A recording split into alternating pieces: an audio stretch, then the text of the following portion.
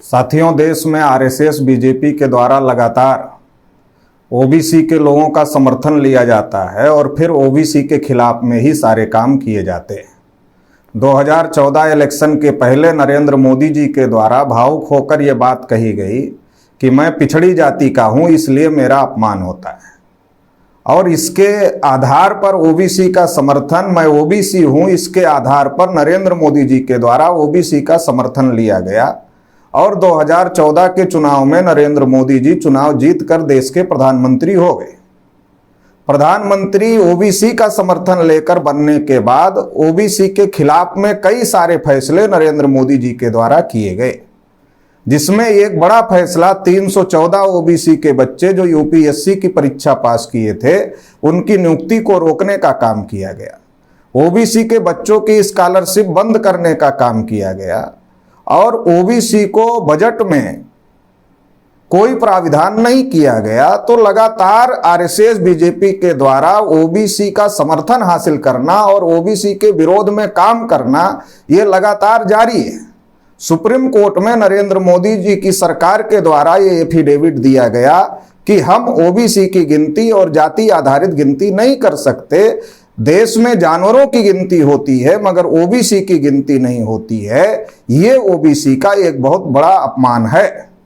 लेकिन अभी जब कुछ दिन पहले राहुल गांधी के खिलाफ में सूरत कोर्ट से फैसला आया और राहुल गांधी की संसद की सदस्यता भी उस फैसले के आधार पर समाप्त कर दी गई, क्योंकि राहुल गांधी जी ने नीरव मोदी को लेकर और ललित मोदी को लेकर और नरेंद्र मोदी को लेकर जो बयान दिया था, उसके आधार पर यह फैसला आया।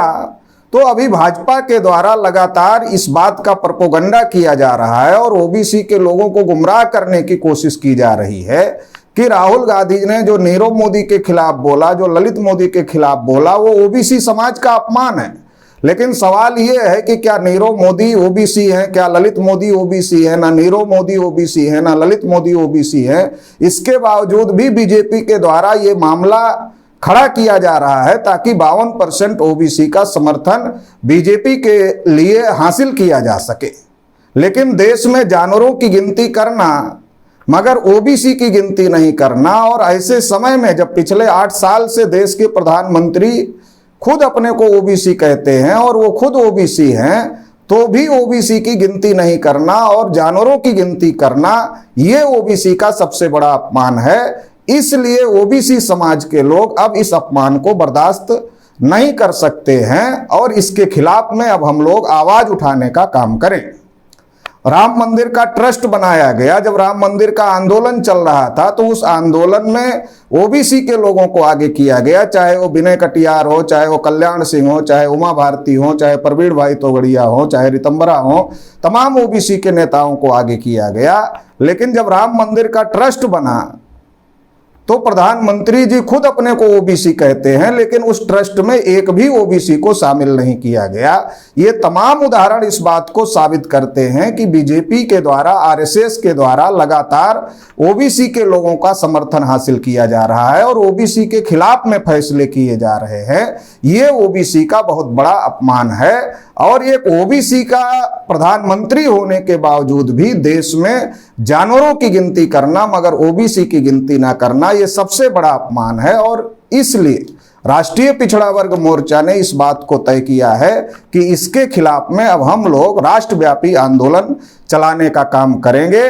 नरेंद्र मोदी जी के द्वारा और आरएसएस बीजेपी के द्वारा ओबीसी की गिनती ना करना, ये ओबीसी का सबसे बड़ा अपमान है। इसलिए जाति आधारित जनगणना और ओबीसी की जाति आधारित जनगणना होनी चाहिए। इसके लिए 4 चरण में राष्ट्रीय पिछड़ा वर्ग मोर्चा के माध्यम से हम लोग आंदोलन घोषित कर रहे हैं, जिसमें पहले चरण का आंदोलन 30 मार्च 2023 को 31 राज्यों के 563 जिलों से महामहिम राष्ट्रपति महोदया को हम लोग ज्ञापन भेजने का काम करेंगे।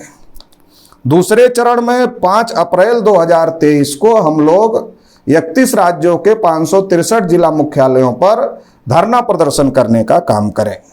तीसरे चरण में 17 अप्रैल 2023 को हम लोग 31 राज्यों के 563 जिला मुख्यालयों पर राष्ट्रव्यापी रैली प्रदर्शन करने का काम करेंगे। और आखिरी चरण में 30 अप्रैल को हम लोग भारत बंद का आह्वान कर रहे हैं। इसलिए देश भर में राष्ट्रीय पिछड़ा वर्ग मोर्चा के तमाम कार्यकर्ताओं को, पदाधिकारियों को, शुभचिंतकों को और इसके साथ ही साथ देश में रह रहे समस्त ओबीसी समाज के लोगों को हम ये अपील करना चाहते हैं कि देश में आरएसएस बीजेपी के द्वारा जो ओबीसी का अपमान किया जा रहा है, जानवरों की गिनती की जा रही है मगर ओबीसी की गिनती नहीं की जा रही है, इस अपमान के विरोध में और जाति आधारित जनगणना, ओबीसी की जाति आधारित जनगणना हो, इस मांग को लेकर के इस आंदोलन में पूरी ताकत के साथ में शामिल होकर इस आंदोलन को कामयाब करने का काम करें। इसके साथ ही साथ देश में जो हमारे समवैचारिक संगठन है देश भर में, चाहे वो शेड्यूल कास्ट के संगठन हो, शेड्यूल ट्राइब के संगठन हो, ओबीसी के संगठन हो या अलग अलग प्रकार की माइनॉरिटीज के लोगों के संगठन हो, उन तमाम संगठन चलाने वाले लोगों को, उनके कार्यकर्ताओं को, उनके पदाधिकारियों को, उनके शुभचिंतकों को भी हम ये अपील करना चाहते हैं कि वो इस लड़ाई में शामिल हो जाएं कि जिससे ओबीसी को उनका हक अधिकार मिल सके और ओबीसी के साथ में न्याय हो सके।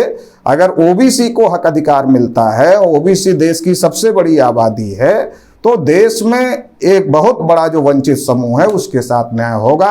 तो इसलिए तमाम एससी, एसटी, ओबीसी माइनॉरिटी के लोगों को, उनके संगठन चलाने वाले लोगों को, जिनको इस बात में आस्था और विश्वास है कि सबके साथ न्याय होना चाहिए, वो सभी लोग इस आंदोलन में शामिल होकर इस आंदोलन को कामयाब करने का काम करें। बहुत बहुत आभार, धन्यवाद।